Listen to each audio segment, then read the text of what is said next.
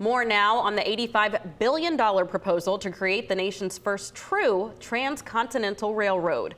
Union Pacific and Norfolk Southern announced the deal Tuesday. Norfolk's role in our nation's railroad industry dates back to before the Civil War. Only on 10 tonight, and on your side's Brett Hall speaks with a former CEO who says this type of idea was really a long time coming. Brett?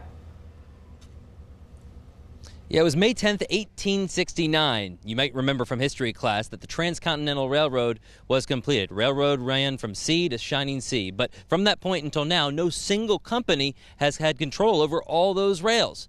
Well, the former CEO of Norfolk Southern, David Good, says it's not really surprising that Norfolk may potentially play a role in finally making one single transcontinental railroad a reality. In 1982, it was big news when a merger between the Norfolk and Western Railroad and the Southern Pacific Railroad created Norfolk Southern.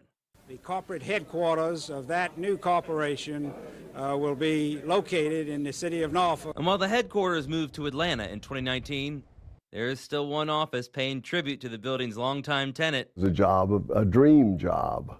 David Good served as president and CEO of the railroad from 1993 to 2006. Norfolk Southern has been one of the keys to the development. The story of the country is the story of the railroads, really. Good says the word Norfolk has been attached to a railroad company since before the Civil War. Still today, being able to reach our ports is an essential part of our country's economy.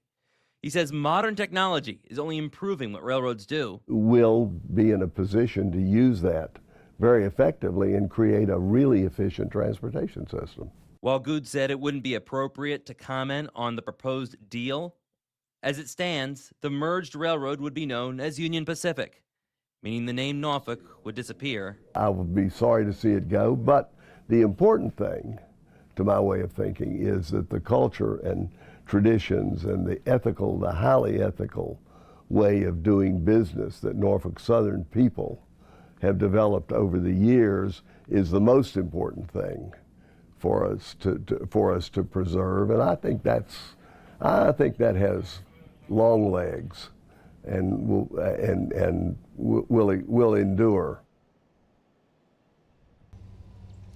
Now, the proposed merger, we're being told by the executives of Union Pacific and Norfolk Southern, could take 2 years to ultimately be approved. And even if that does happen, it's likely you'll still see the name Norfolk Southern many places. Mr. Good actually oversaw the merger of Conrail or the acquisition, I should say, of Conrail back in the early 2000s, and you still sometimes see Conrail on rail cars today. We're live in Norfolk. Brett Hall, 10 on your side.